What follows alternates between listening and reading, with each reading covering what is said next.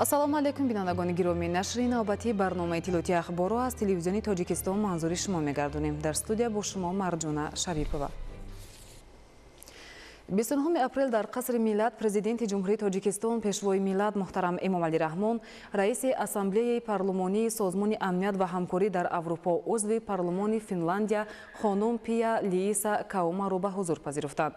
дар мулоқот ҳолати кунунӣ ва дурнамои маҷмӯи ҳамкории Тоҷикистон бо созмони амният ва ҳамкорӣ дар Аврупо аз ҷумла робитаҳои байнипарлумонӣ баррасӣ гардид.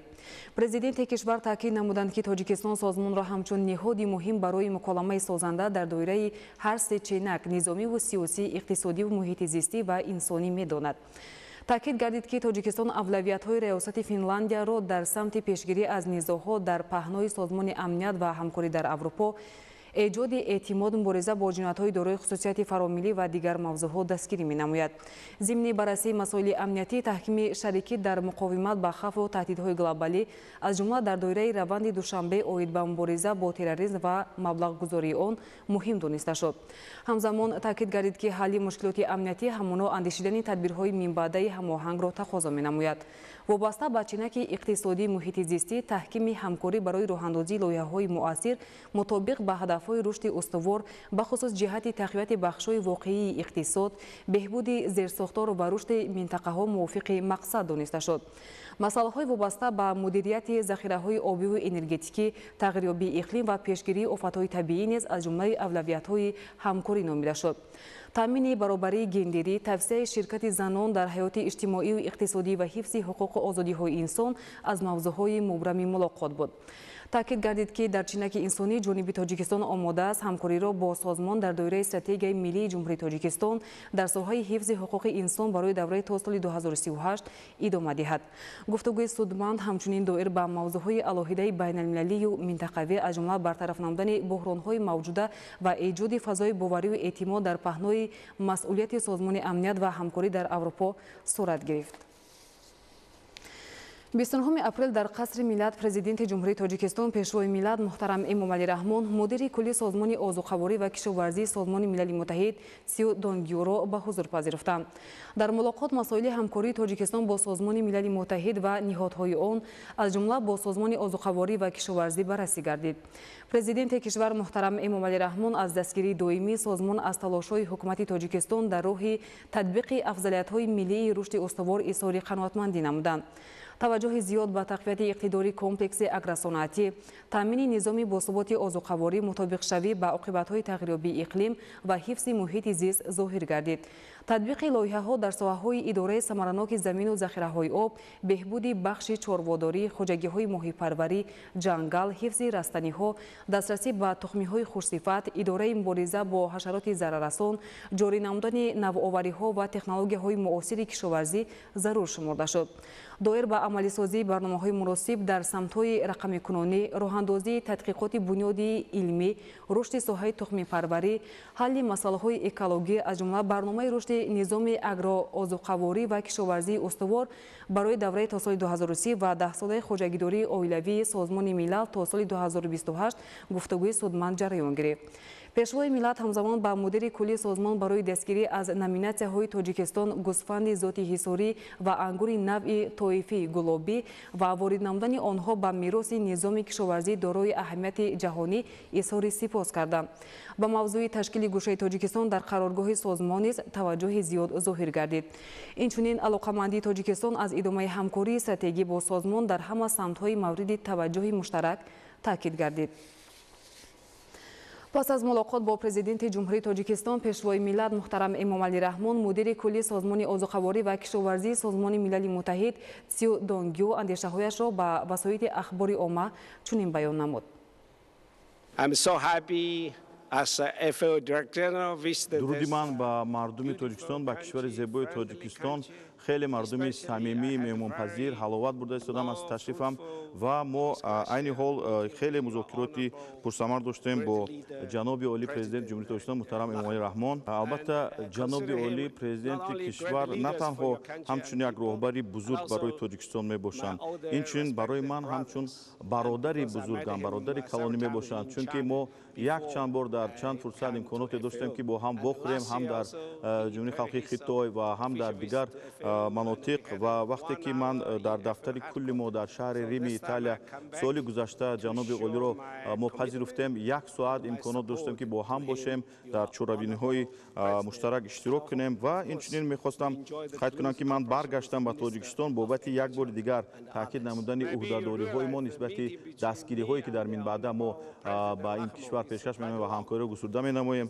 Инчунин бобати риштаи ҳамкорӣ боз ҳам қавитар барпо намудан бо вазорати кишоварзии ҷумҳурии Тоҷикистон. ҷаноби олӣ дар соҳаи алалхусус аграрии кишоварзӣ дониши хеле зиёд, таҷрибаи хеле зиёд, хеле ғанӣ доранд ва мо имконоти хуби муҳокимаронии масоили марбутаи соҳаро доштем, шурӯъ аз зироаткорӣ ба масоили гуногун, ҳатто то ба масоили парвариши қутос ки дар ҷумҳурии Тоҷикистон рушду равнақ ёфта истодааст. Инчунин яъне зоти аз ҳама бузургтарини гӯсфанд ки зоти ҳисорӣ мебошад, масоили яъне моҳипарварӣ ва ҳамаи дигар масоиле ки марбут ба соҳаи кишоварзӣ ҳастанд, гирду атрофи он гуфтушунид доштем ва нисбати захираҳои ғание ки Тоҷикистон дорад, шурӯъ аз яъне мардуми бо фарҳанг ва мардуми соҳибмалака то ба захираҳои табиӣ ки шумо доред ки метавонад аз биогуногунӣ ба биоозуқаворӣ, яъне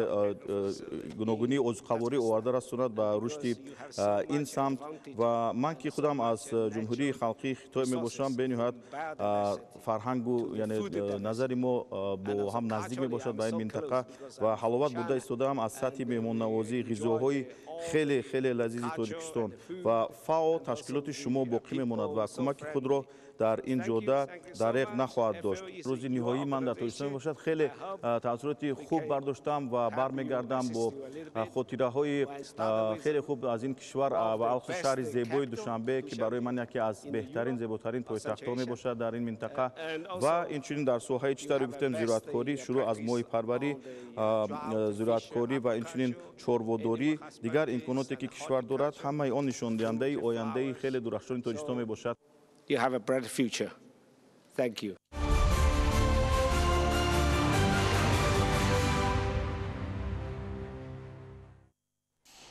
بیستافتم اپریل مدیر کلی سازمان ازقواری و کشاورزی سازمان ملل متحد سیو دانگیوی و هیئت همراهانش به تاجیکستان تشریف آوردند. دوام 3 روز هیئت مهمانان در شهرهای دوشنبه، وحدت و حصار با فعالیت کارخانه‌های صنعتی، پرورش ماهی، گوسفند ذاتی حصاری، تجربه باغداری و فرهنگ عالمگیر ملت تاجیک شناخته شدند. نوروز شاه عزیزالله و بهادری اسلام گزارش می‌دهند. مدیر کلی سازمان ازقواری و کشاورزی سازمان ملل متحد تسیو دانگیو و هیئت همراهانش دوام 3 روز در شهرهای دوشنبه، وحدت و حصار با فعالیت کارخانه‌های صنعتی، پرورش ماهی، گوسفند ذاتی حصاری، تجربه باغداری و روند آماده‌کنی متخصصان برای ساحه کشاورزی شناخته شدند.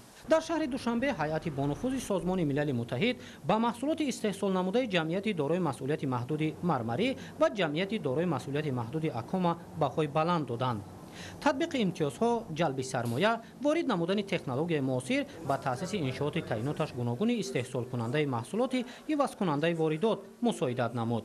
از جانب دیگر در شرایط زیادشوی طلبات با مواد غذایی این بهترین امکانیت به حساب می رود برای قانع گرداندن طلبات بازار استعمالی با محصولات استحصال خودی دارای صفت بلند. حالا در جمعیت دارای مسئولیت محدود اکوما اساساً از حساب امکانیت های طبیعی استحصال محصولات گوشتی با صفت زیاد گردانیده می شود. از جمله نمودهای نو از قطز در اکوما پسند میزاجان شده است. در کاخ نوروز هیئت سازمان ملل متحد با نمونه آبادگری و شهرسازی ملت تاجیک در طول تاریخ شناخته شدند. بنیاد این کاخ محتشم دستاورد استقلال دولتی بوده دقت هر فرد را به دنیای زیبای آفرندگی و زیبایی پرستی میبرد. این کاخ محتشم ثابتگر آن است که تاریخ و تمدن ملت آموزنده و پر افتخار است. فرهنگ عالمگیر، خورش و طعام‌های گوناگون، گیاهای شفابخش طبیعی و امکانیت‌های سیاحی همچون نمونه اساسی مدنیت آموزنده در شهر وحدت معرفی گردید. دستگیری نمایندگان بخش خصوصی با استفاده پوره امکانیت‌های طبیعی در ایرامید برای استحصال ماهی مساعدت نموده است. همچنین خواجگی‌های ماهی پروری شهر وحدت در این روز دستاوردهای خود را معرفی کردند. аз 2082 тонна дар соли 2018 ба 5461 тонна баробар шудани истеҳсоли моҳӣ дар тоҷикистон мисоли асосии рушди ин самти кишоварзӣ дар солҳои охир маҳсуб меёбад. таваҷҷӯҳи ҳозиринро истеҳсоли моҳӣ босифату дорои тамъили азиз ва имкониятҳои васеъи табиии тоҷикистон ҷалб намуд. ин намунаи гӯсфанди зоти ҳисорӣ аст ки ба мудири кулли созмони озуқаворӣ ва кишоварзии созмони милали муттаҳид ва ҳайати ҳамроҳонаш дар дараи алмосӣ муаррифӣ карда шуд. ин зот дар натиҷаи фаъолияти якҷояи олимону чорвадорони тоҷик дар тӯли таърих то имрӯз офарида шуда имрӯз дар дигар давлатҳо ба он ҳамчун намунаи асосӣ барои баланд бардоштани маҳсулнокии чорво таваҷҷӯҳ карда мешавад.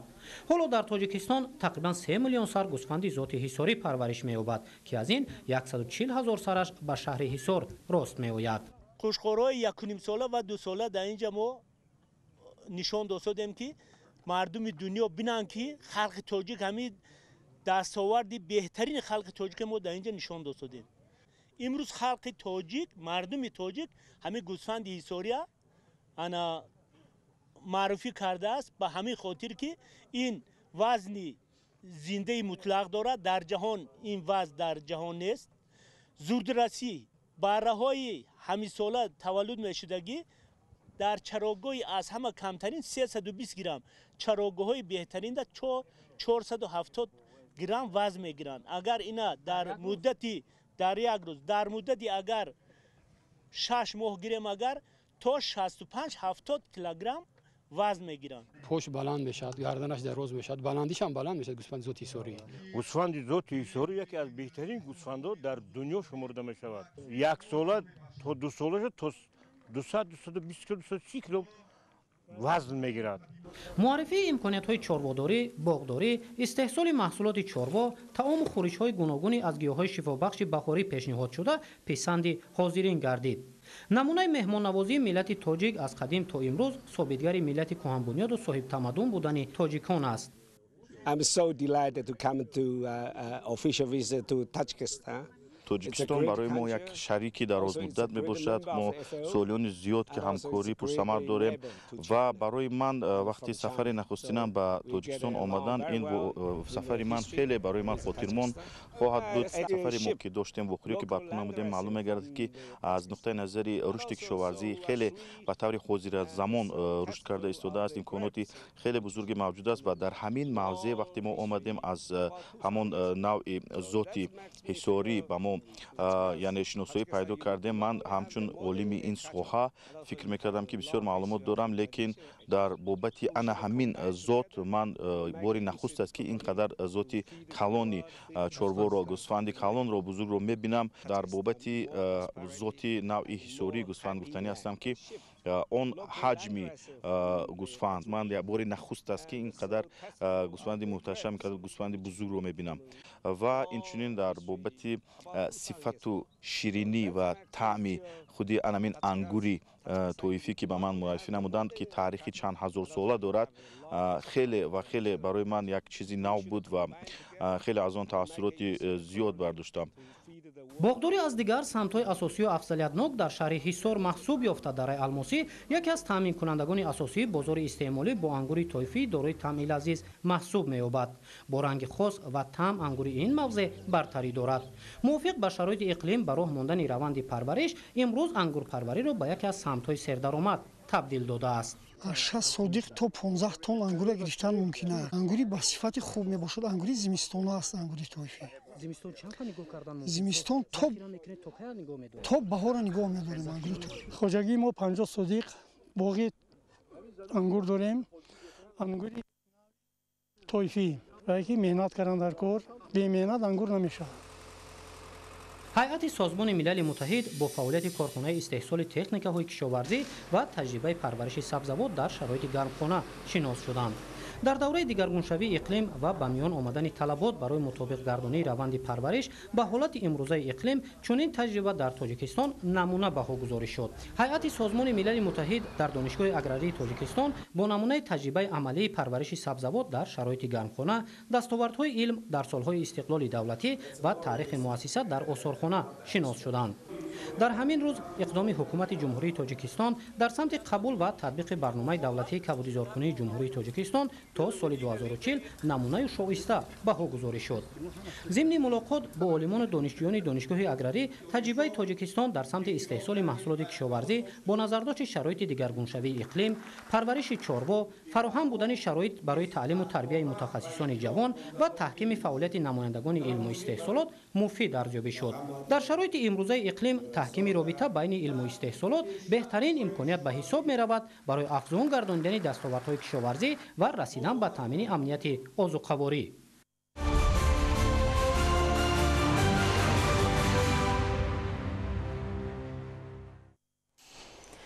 дар замони соҳибистиқлолии тоҷикистон зери ҳидояту дастгириҳои ҳамешагии президенти ҷумҳурии тоҷикистон пешвои миллат муҳтарам Эмомалӣ Раҳмон гӯштини миллии гӯштингирӣ мақоми байналмилалӣ гирифт. ҳамчунин бо мақсади оммавигардонии гӯштингирӣ ва тарғиби тарзи ҳаёти солим ҳамосала дар шаҳру ноҳияҳои мамлакат мусобиқаҳои пуршукӯҳи гӯштингирӣ доир карда мешавад ки дар онҳо беҳтарин паҳлавонони дохил ва хориҷи ҷумҳурӣ ҳунарнамоӣ мекунанд. дар ноҳияи Ёвони вилояти Хатлон бори нахуст бо иштироки варзишгарони 26 давлати ҷаҳон мусобиқаи гӯштингирӣ бо шукӯҳ баргузор гардид ки беҳтаринҳо бо шоҳҷоиза ва тоҳфаҳои пуливу молӣ қадрдонӣ гардиданд. гузориши Раҳматшоҳи Обид. با توجه مخلصانی سرشماری ورزش سالهای آخر دولت حکومت جمهوری تاجیکستان با عمومیت و رشد نمودهای ملی دقت جدی ظاهر میکنند. در جماعت دهاتی دهنه ناحیه یوان مسابقه باشکوی گوشتین ملی گوشتینگیری در دامنه چمندان سبزپوش برگزار گردید. در این چاره‌بینی بیش از 200 نفر پهلوانان از 26 مملکت دنیا از جمله دولت‌های ازبکستان، ایران، افغانستان، بلاروس، کامرون، ایتالیا، هندوستان، قزاقستان، فدراسیون روسیه و شهر ناحیه تاجیکستان آزمایش نمودند. ما سه نفر از جمهوری کامرون برای اشتراک در مسابقه گوشتینگیری برای به دست آوردن جام رئیس شهر دوشنبه به مملکت شما آمدیم. در دوشنبه میان دیگر پهلوانان رقابت نمودیم و امروز به ناحیه یوان آمدیم تا که در این مسابقه با شکوه نیز اشتراک ورزیم. واقعا هم این نمود ورزش ملی تاجیکی جهانی است و تشکیل و برگزار نمودن چنین مسابقه در هوای کشاد منظره های زیبای تاجیکستان با اشتراک مخلصان بیشمار جالبیت بیشتر دارد. جالبیت این چاره‌بینی باز در آن بود که حدود 50,000 مخلصان جمع آمده با ذوق بلند مهارت پهلوانان را تماشا کردند. همه این نتیجه دستگیری‌های پیوسته پیشوای ملت محترم امامعلی رحمان نسبت به ساحه ورزش و تأمین شرایط مساعد برای ورزشگران در زمینه اصلاحات دولتی میباشد. محمد رضا وحدانی هستم از ایران. برای مسابقات کشتیگیری آمدم به تاجیکستان. استقبال خوبی از این مسابقات میشه. در دنیا هم کشتیگیری در حال پیشرفت است. احتمالاً تا چند سال دیگه تو بازی‌های آسیایی و حتی المپیک بره. خیلی ورزش خوب و مهیجیه. همونطور که می‌بینید مردم هم به این ورزش خیلی علاقه دارن. من از جمهوری مردمی چین هستم. با جمهوری تاجیکستان آمدم تا در چنین مسابقه‌ها شرکت ورزم. با من مسابقه ملی گوشتینگیری پسند آمد و هر یک مسابقه‌ای که در تاجیکستان می‌شود رفته تماشا می‌کنم. منتظرم از پرزیدنت کشور شما برای دستگیری ورزشگران و تشکیل نمودن چنین مسابقه‌های سطح بین‌المللی. برای به دست آوردن شاهجایزه مسابقه گوشتینگیری پهلوانان معروف کشور ددخان قربان علیف، کامرانشاه اوستاپیریان، غزلشاه دولتشاه، شکر محمد میر محمدов با پهلوانان فدراسیون روسیه، کامرون، ازبکستان، ایران، بلاروس و افغانستان رقابت نمودند که بیشتری غالبیت و تحفه‌های ارزشمند نصیب پهلوانان تاجیکستان گردید. من غزلشاه دولتشاه امروز در گوشتینگ ملی گوشتینگیری ناحیه یوان که زاده من است. من امروز در اینجا آزمایش نموده با سه حریف خود و آخرین حریفی هم که مراد التیبایف پرقوت پرتجربه ازبکستان بود. من اون رو مغلوب نموده صاحب شاهجایزه گشتم. این گوشتین ما جهانی شد. ما فخر میکنیم که گوشتین ما بازی‌های المپیک، بازی‌های آسیا ما برآمد کنیم دام پرچم خودمون بلند برداریم.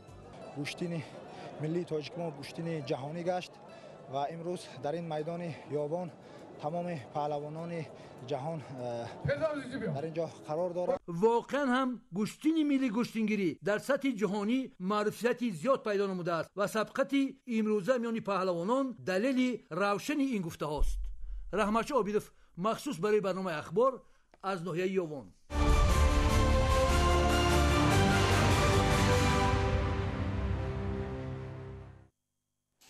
بینندگان گرامی، نشر نوبتی برنامه اطلاعاتی اخبار خاتمه می‌یابد. سلامت باشید.